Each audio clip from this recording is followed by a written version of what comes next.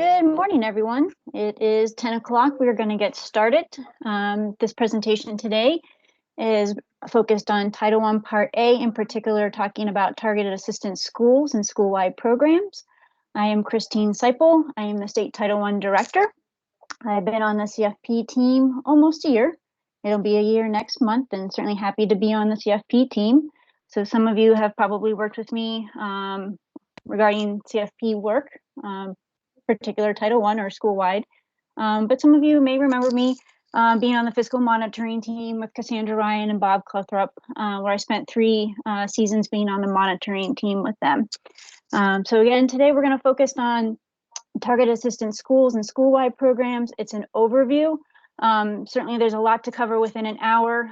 We will not cover everything, but as we go through, I will certainly give you some tips and some guides, and certainly at the end, certainly let you know contact information so that you can contact me with any questions or concerns.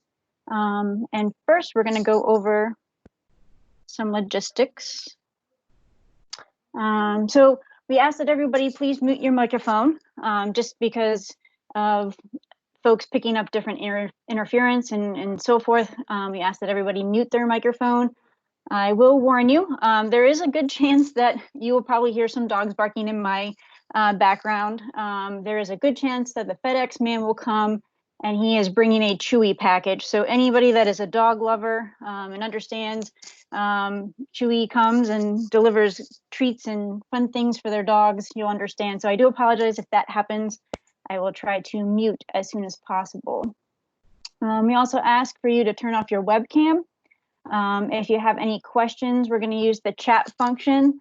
Unfortunately, as a presenter, I cannot see the chat function and things that are in the chat. However, my fantastic colleagues are monitoring that, and they will stop us at any point and ask those questions, and I will answer them. I will try to pause, though, in between slides so that we give some opportunity to ask those questions. All our sessions are being recorded, and they will be posted on the CFP portion of the AOE website. We also want to remind you that there are future sessions and resources are going to be available at the conclusion of all our different presentations.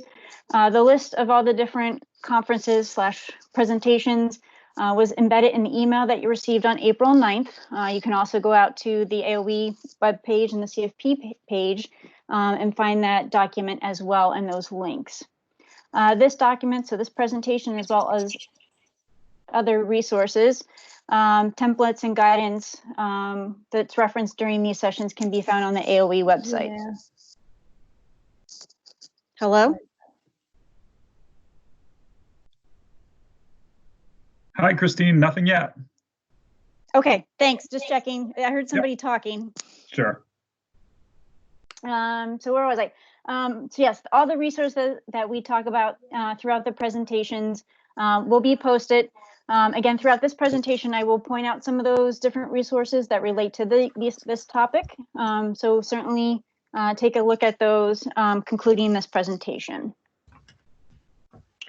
So the session outcomes, by the end of this session, we hope that, and you should be able to, distinguish between a Title I targeted assistance school and a school-wide program. Certainly understand the benefits of both the Title I targeted assistance program as well as the school-wide program. We hope you are able to determine if a school is eligible to operate a Title I targeted assistance school. Hello? Is somebody asking a question, or do they have their microphone on? I keep hearing somebody talking. Hi, Kristine. It's Jesse. We've got just one comment that your voice may be going in and out a little bit. I don't know if it's positioning to the microphone or what the story is. I can hear you loud and clear, but just something to be mindful of. Got it. Thank you, Jesse. Uh-huh. So going back to being able to determine if a school is eligible to operate a Title I targeted assistance school or a school-wide program. So it's not an automatic guarantee that a school would be eligible for either one of those. And we'll talk about that throughout the presentation. And then final is to maximize the services and resources to help ensure that students meet the challenging state academic standards.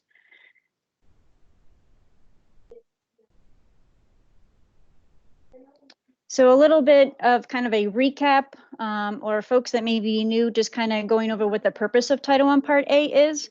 The purpose of it is to provide all children significant opportunity to receive a fair, equitable, and high quality education and to close the achievement gaps. So some of the allowable activities under Title I Part A include supplemental instruction for eligible learners. This includes paying personnel, so staff members, to provide intervention services, for example, materials, assessments, and technology.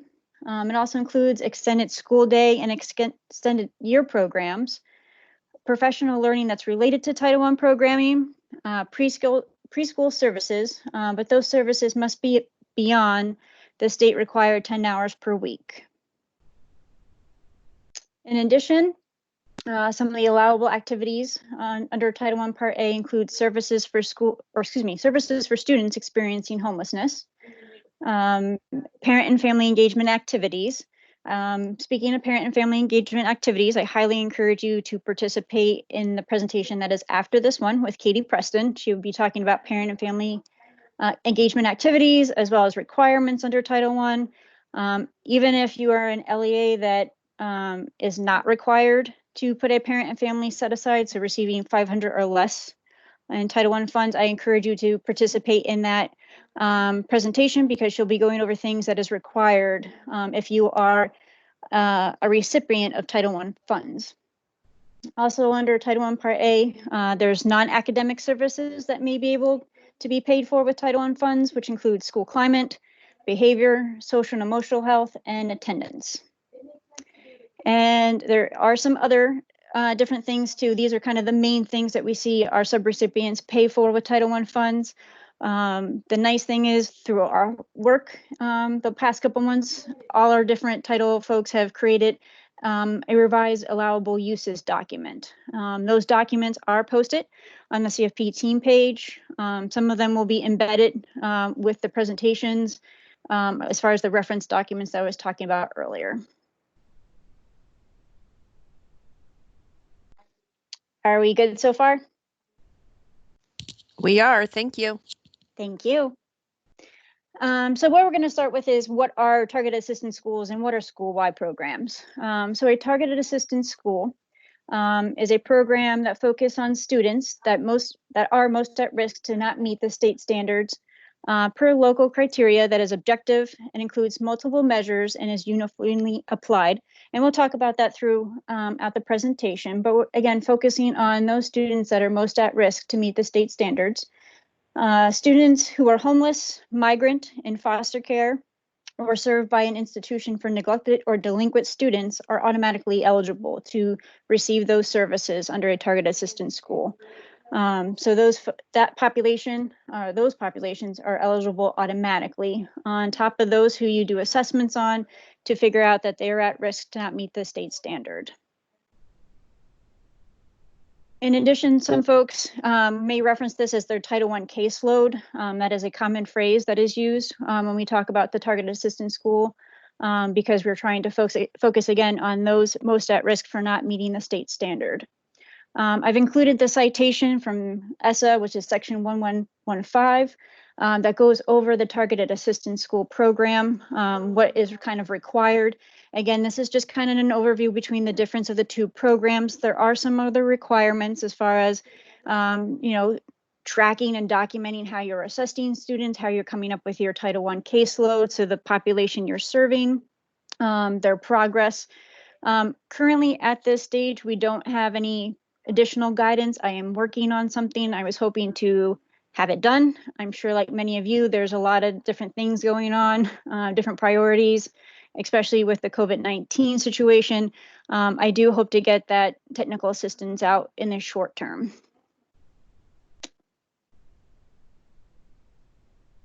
So what are school-wide programs? So in school-wide programs, unlike in the target assistant program, where we're focusing on a set population, and again, focusing on those most at risk, it actually upgrades the entire educational program of a school. And in a school-wide program, you can provide those services to all students, and teachers within that particular school can benefit. And again, we'll talk a little bit more about those little details here in a little bit. And again, just with like the target assistant school, with school-wide programs, I provided you the section within ESSA, which is 1114, that actually explains the school-wide programs and what is required as far as your school-wide plan, which is currently embedded into your continuous improvement plan, so your SIP. So there are certain requirements that you have to document to, again, show that, you know, progress is being made, how you incorporate parents into these conversations about improving your overall educational program within that school.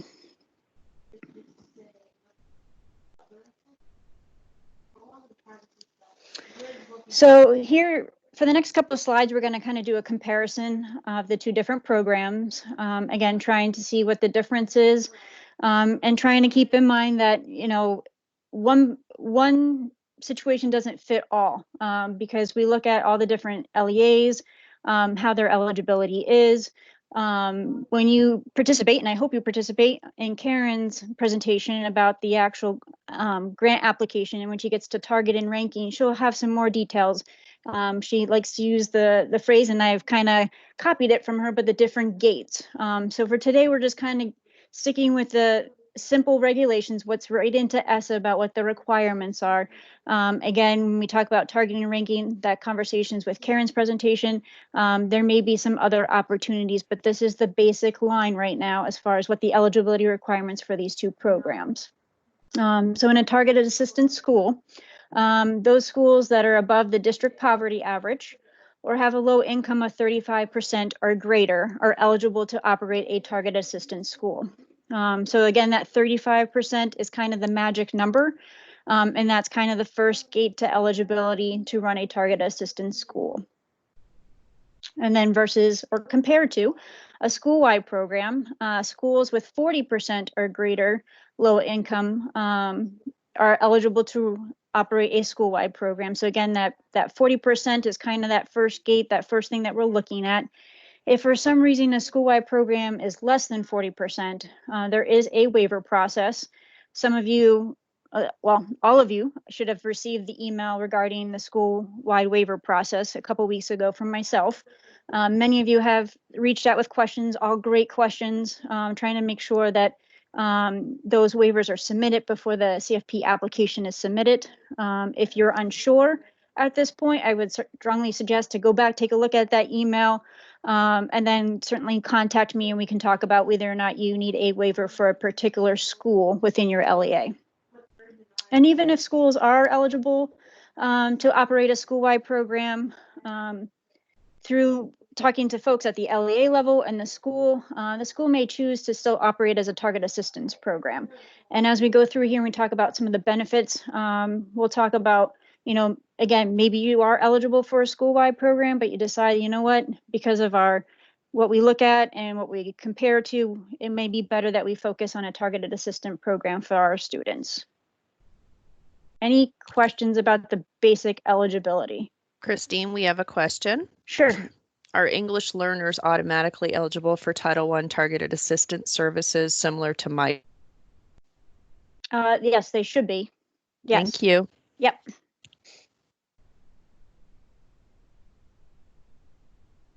All right.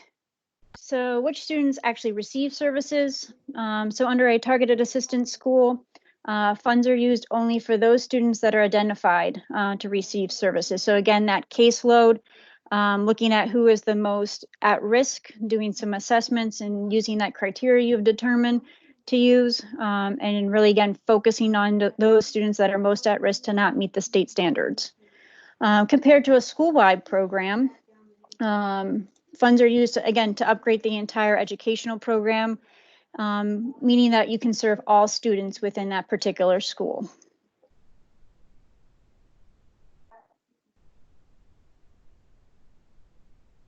So how do you identify students in a targeted assistance school? Again, looking at that criteria that you're going to use at the local level, to determine and assess students. That identification then decides either they're eligible or ineligible for services. And again, tracking and documenting that information as you go through. Versus a school-wide program, there is no requirement to identify who's eligible or ineligible for services. That doesn't mean that you're not making assessments and certainly tracking students' progress, but there is not a definite requirement like it is in targeted assessment schools that you have to document it. In fact, I was actually at a school that was under a school-wide program, and they were still doing that for the benefit of the program, for their students, and again, you know, showing that progress. It was actually a really awesome documentation that they had. Under a school-wide program, students that are identified most at risk still may be given additional assistance. Again, you're still welcome to identify students and track their progress and so forth. So which teachers and staff benefit? So under a targeted assistance school, you may provide professional development to staff who provide direct support to Title I students and make sure that they're aligned with the students' needs. So again, under a targeted assistance school, it's those that are eligible for Title I services. In this particular case, it would be your teachers. So your Title I staff that could benefit from professional development under a targeted assistance school with those Title I funds. Compared to the school-wide program, you may provide professional development for all staff to support all the students within the school.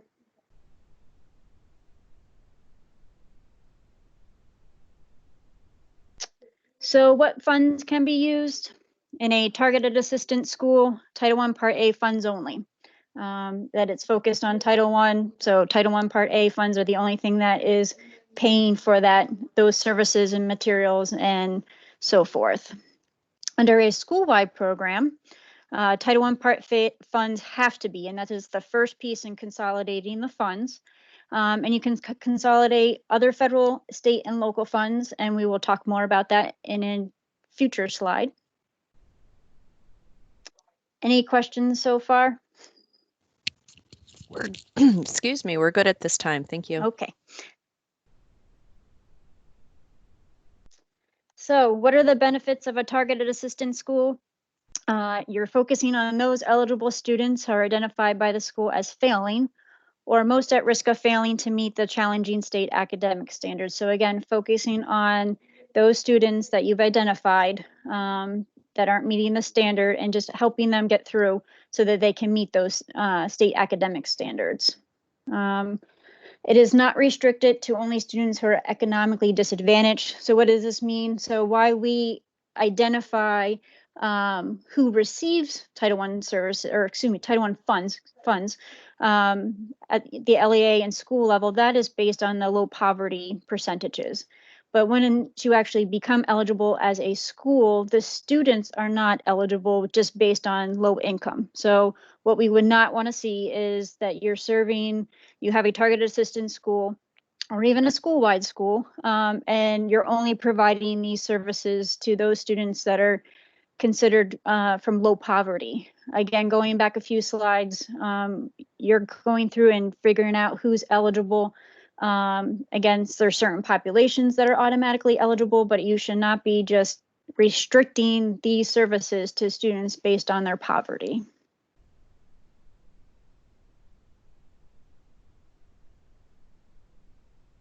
So what are the benefits of consolidating funds into a school-wide program? So when you consolidate into a school-wide program, and again, those funds, we'll talk a little bit more about it in a little bit, but all those funds lose their original identity when you pull these funds into a school-wide program. So that allows flexibility to allocate all available resources effectively and efficiently. So you're pulling all the different funding sources together to make one big pool of funds that you can use for the different intents of the funds that were originally pulled in. So this may aid in shortcomings or limited resources.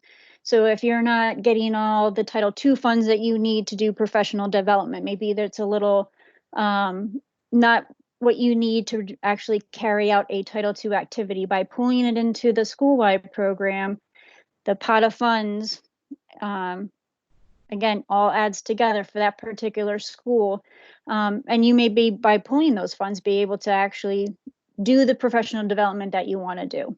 And I'll give some examples here in a little bit about how that kind of works when we talk about the funding. A school is not required to meet most of the statutory and regulatory requirements when you pull into, pull formula federal programs in, provided it meets the intent and purposes of those programs. So again, I'll give you a little bit of example here in the next few slides when we talk about the pooling of the funds. But again, some of those requirements go away, and again, by pooling funds, it makes the original funding sources lose their identity, and you have a new pot of funds to work with. Some of the other benefits of consolidating into the school-wide program, it may help with meeting Title IV budgeting requirements. So one of the things with Title IV, if an LA has an allocation less than $30,000, they are only required to meet one of the 3 budgeting requirements. I'm going to defer a little bit more to Katie in her presentation next week on Title IV.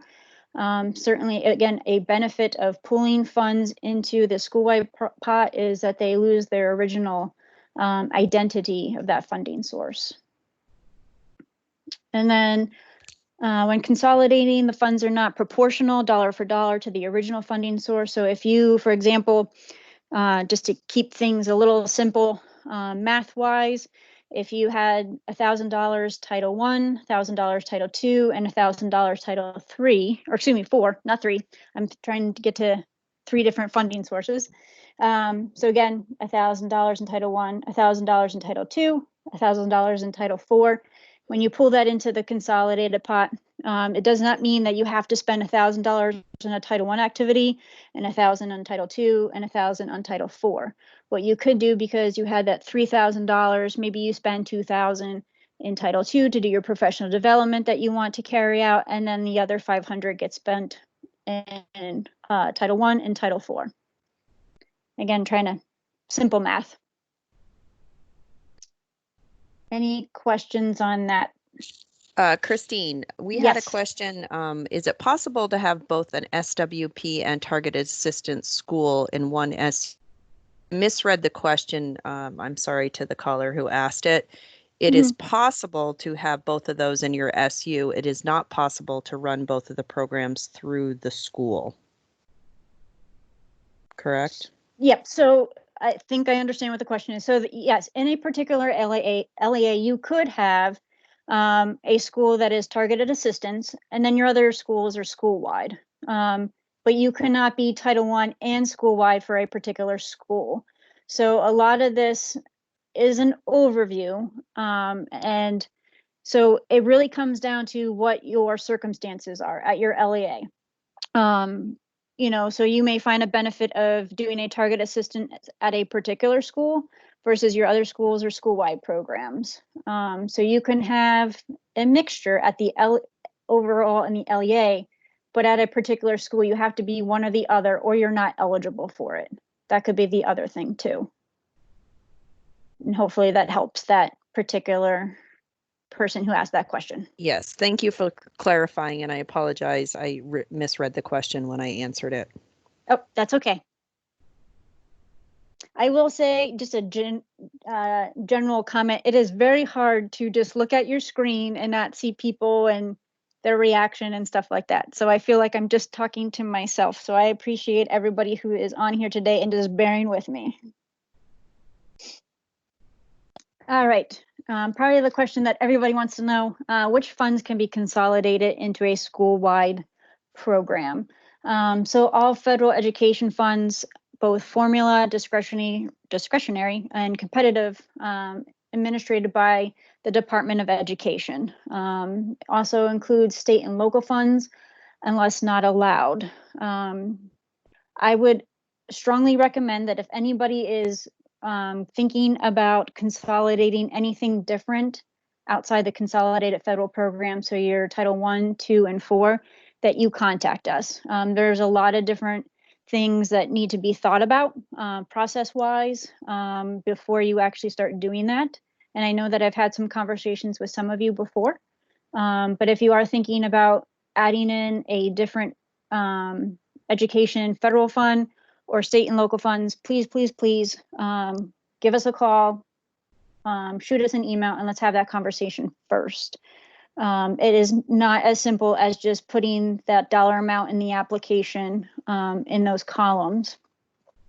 There are additional requirements for IDA, Indian education, 21C, or 21st century, migrant education, and English language, so Title III. So before doing those, again, too, please call us because there's some additional requirements that need to be considered before you consolidate those funds into a school-wide program.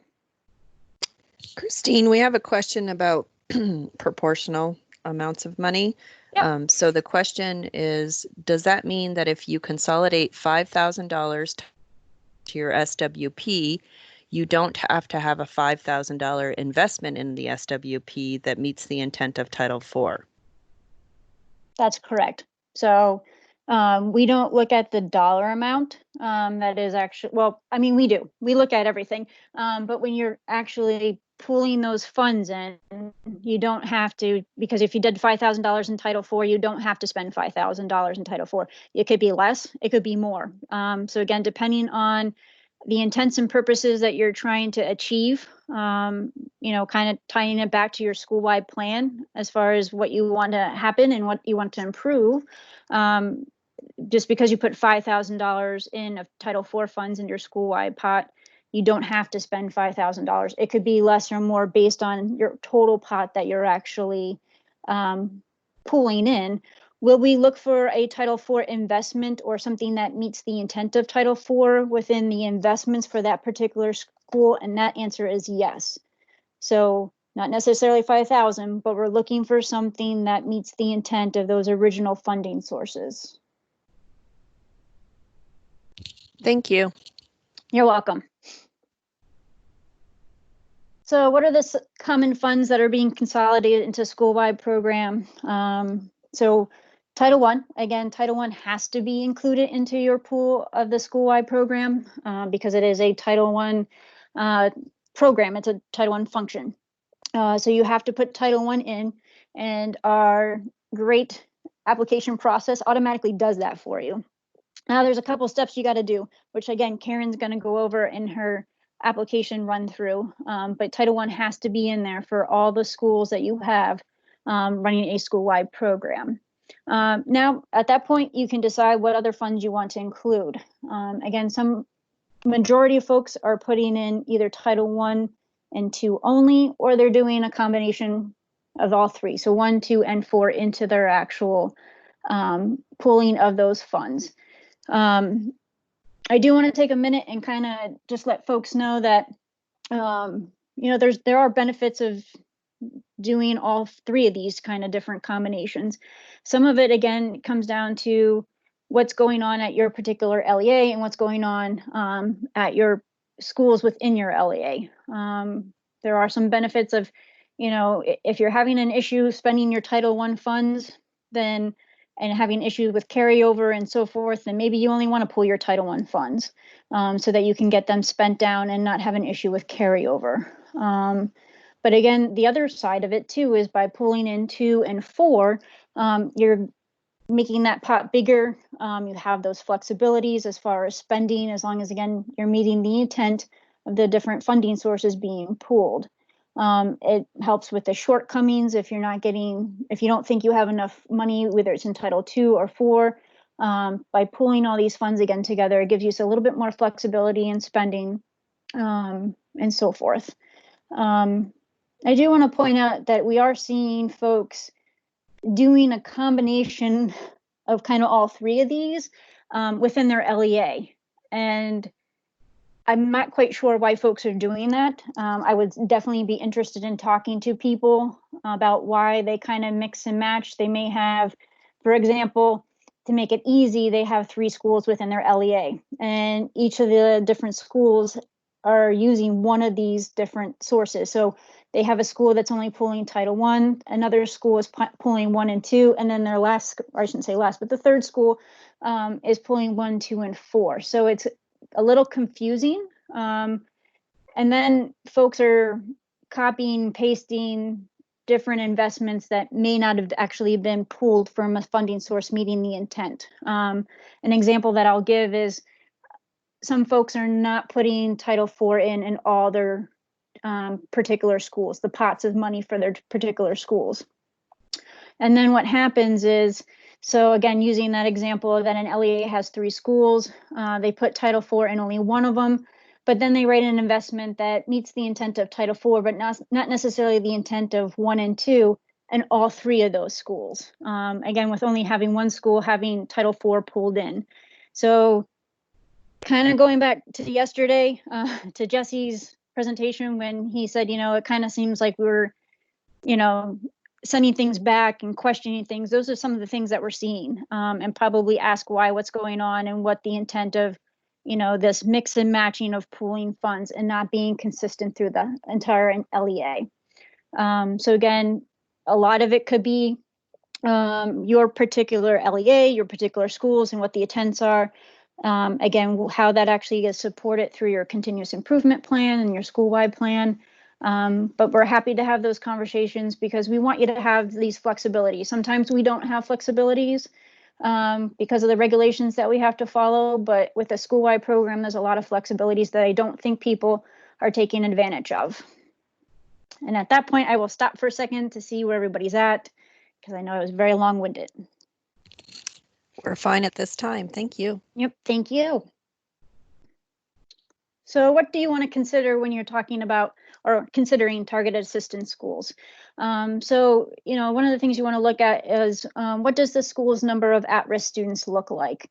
If you feel that, and it's perfectly okay, the choice is yours. If you are eligible, that particular school is eligible for as a targeted assistance school, again, that 35% threshold. Or maybe if it's even past the 35%, maybe you're at 50%, but you know what?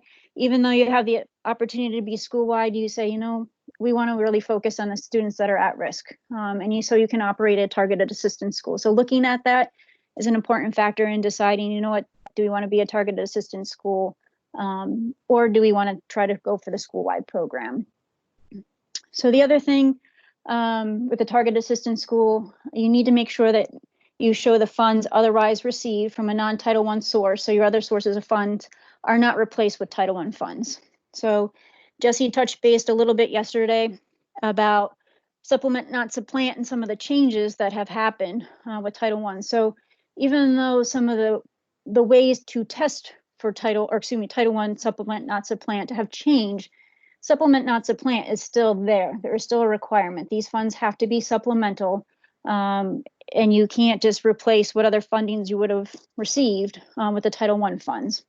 So when you're in a targeted assistance school and you're compare it to a non-Title I eligible school, it is very important that you have been able to show and document that these are supplemental funds. So I do want to point out a couple of things about supplement, not supplant. There is a memo that our team created last summer that explains, removing all those previous tests that would have been looked at for supplement, not supplant.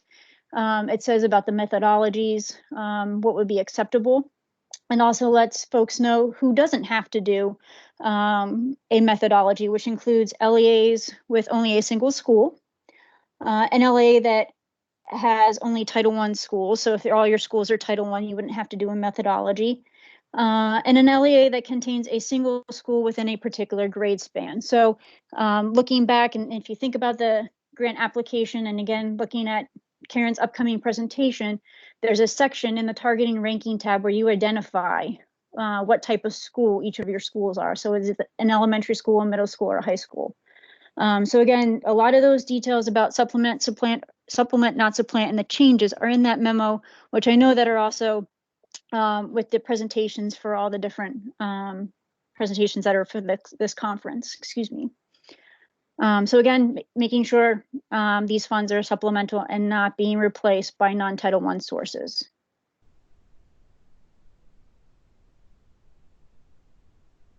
So what to consider when you're thinking about a school-wide program? What funds are you going to be consolidating? Again, are you going to be consolidating just the consolidated federal programs? Are you thinking about something else? Are you thinking about adding an additional federal funding source? Again, looking back at that list that we provided a few slides ago, and state and local funds. But again, if you're thinking outside the consolidated federal program, give us a call so we can help you with that. There's again a lot of other things that need to be considered. Are the same funds being consolidated across all the schools who wish to operate a school-wide program within the LEA? So again, that consistent measure, are you taking all the flexibilities that you can possibly take by consolidating these funds into this pot of money? And lastly, are there investments that represent each of the funding sources consolidated into the school-wide program? So again, if you're only pulling Title I, all those different investments should meet the intent of Title I. If you're going to pull Title I and II, we'd be looking for investments that represent Title I and Title II for that particular school. And then if you're going to do Title I, II, and IV, we would be looking for investments that represent each of those funding sources. It does not necessarily mean that you have to have a clear Title I and a clear Title II and a clear Title IV. You could have one investment that meets the intent of two of those funding sources. So sometimes we see ones that represent Title I and II, as well as Title I and IV. So that would be certainly acceptable as well.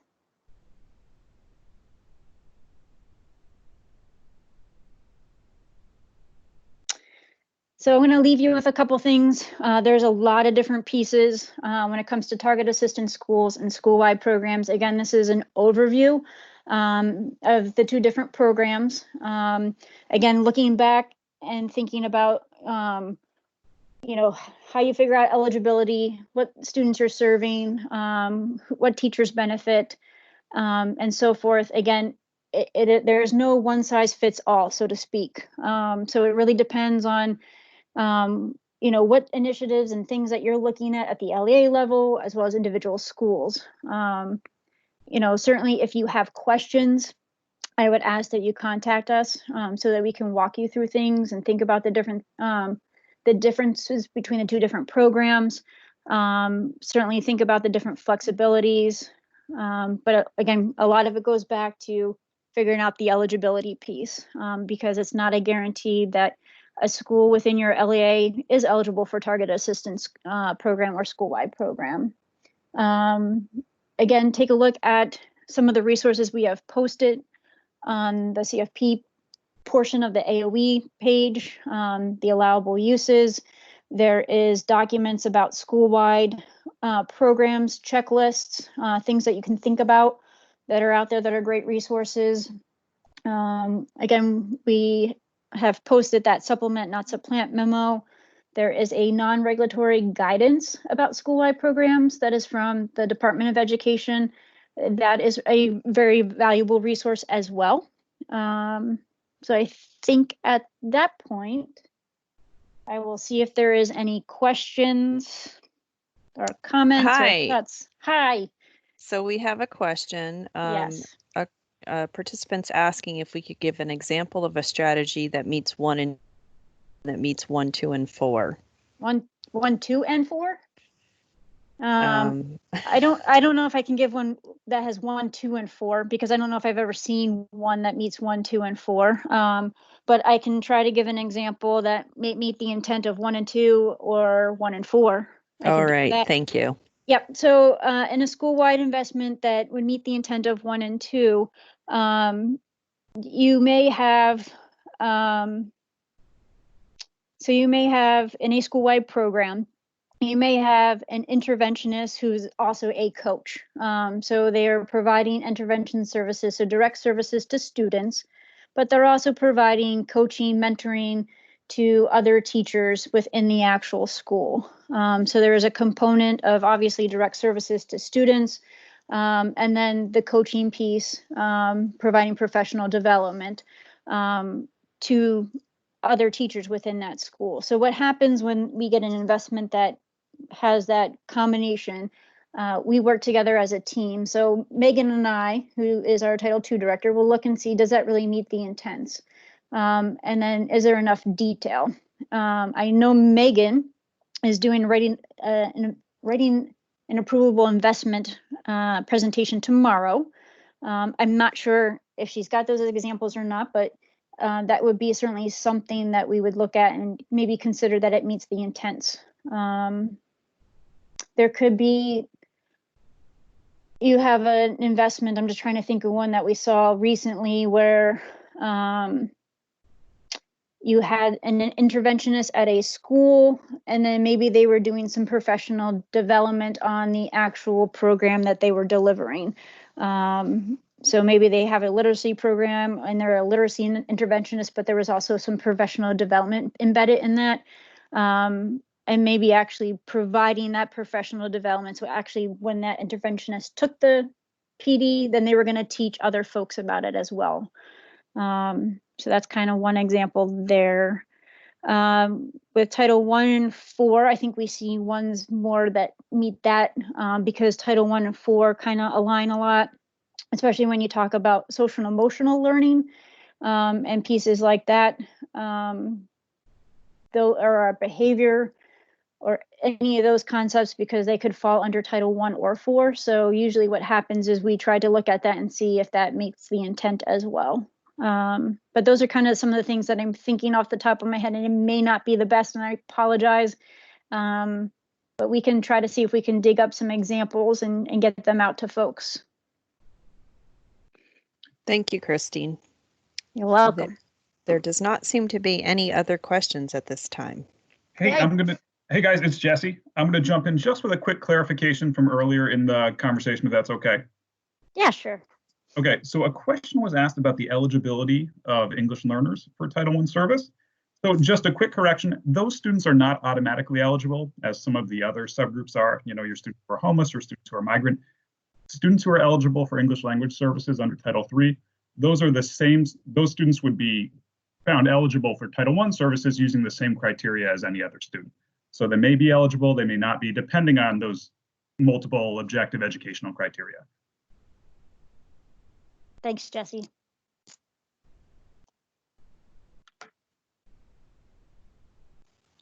Okay. Questions that anyone has?